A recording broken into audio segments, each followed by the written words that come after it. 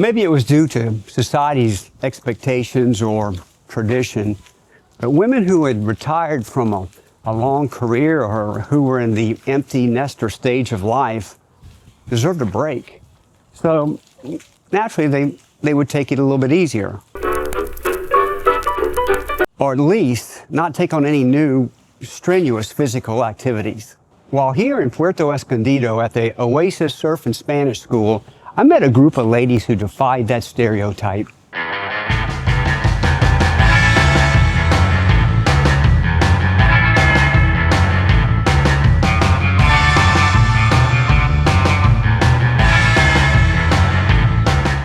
To highlight the physical demands these ladies faced, I compared it to my own experiences surfing in the ocean.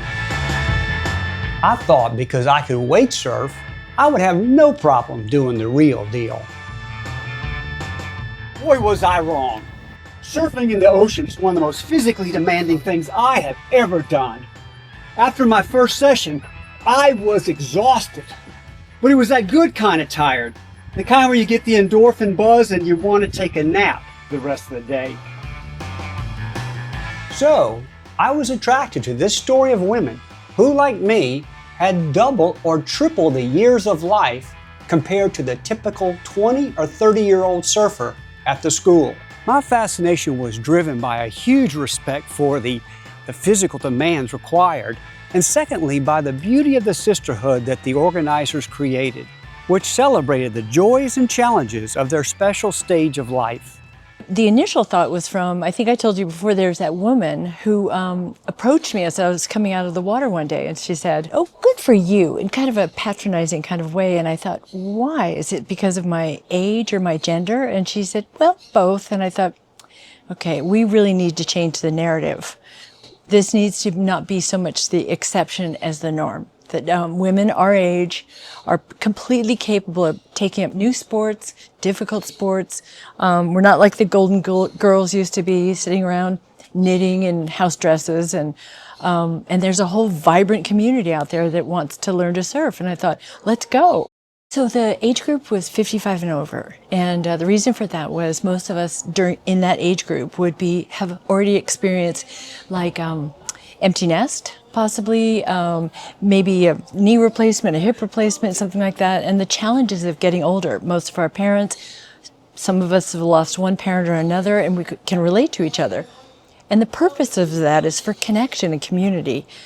I have been on 3 surf retreats before where I was the only person in my age group. I'm 67 now, and most of the other women were in their 30s.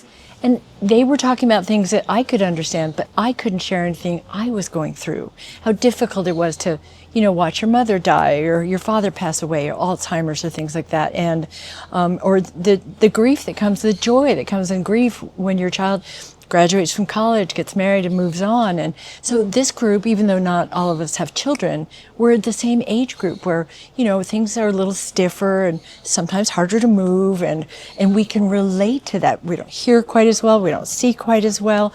The youngest in our group is 57. We had 2 people who have a lot of experience surfing. They're really quite good surfing. And 2 others of us are more kind of intermediate. And then 4 women who had never ever surfed before at all. And this was their first time they'd maybe taken 1 lesson before, and they wanted to try. And that was kind of the goal of the whole thing, was to come up with something that these women would feel safe trying with us. Because it's hard to feel safe if you're just going on your own, and you do. Until the narrative gets changed, we're still going to feel like the exception instead of the rule. Yeah, it's really interesting, honestly, that we're all coming from different places and in the country, in the world, really. We've got somebody from Canada here, and another woman, she lives here in Mexico, and I live in the Midwest, and we had a really interesting workshop last night, and this it's really cool to see, even though we're different people, we have some common values and interests in just, taking as much out of life as we can at this point. And it's a certain type of woman that's going to come on a surf trip to learn to surf. So You can tell we're all adventurous, pretty strong, outgoing, strong-minded. We're from all different parts of the country, one from Canada, one from Hawaii, and so it was really fun to all come together and try something new at the same place. I wish I could have recorded some video of co-organizer Lisa Alfano, but she was a much stronger, more experienced surfer and was usually surfing the bigger breaks away from us novices. But during one of my lessons, as I sat on my board out in the ocean, basically trying to catch my breath before it was my next term with the instructor, I saw her swim out to lend encouragement to one of the other beginner ladies in her group. I then saw her multiple other times shouting encouragement from the shore or helping a lady with her board. It was just refreshing to see that kind of genuine, enthusiastic support. We had a couple Zoom calls ahead of time.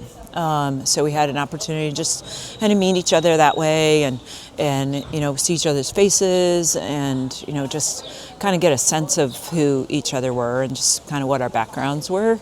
And especially with the Alex and Lisa, they seem like just really just open people, and that they had a love for activity and all of that just seemed like, I'm going to give this a shot, right?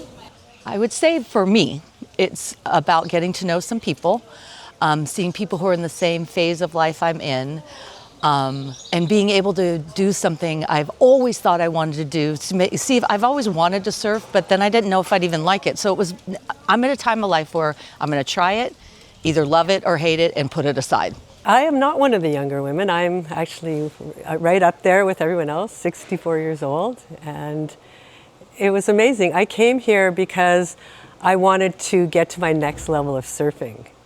And I really accomplished that. I had an amazing surf the other day. I caught the wave of my dreams. It was a wave I never knew if I was possible of surfing it or not, and I did. I'm so satisfied. The group of women were lovely. It was fun getting to know them and learning something from all the different people.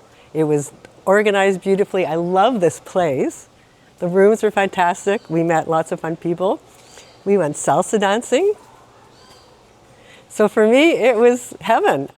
When I decided to go to Puerto Escondido in Mexico to take surf and Spanish language lessons, I had no idea I'd make a video about a group of ladies like these.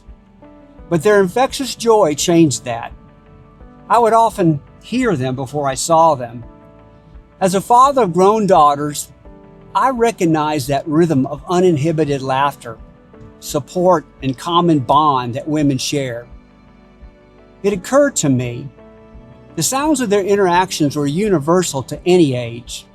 They could have been teenagers, they could have been young women at college, or young mothers at the park. But they were women at this point of their lives, and they were living it to the fullest. Met other great women. It's nice. And the same time of life. We had kids at 35. Still, they're gone, and we're 65, and now we can live a life again, but with money this time.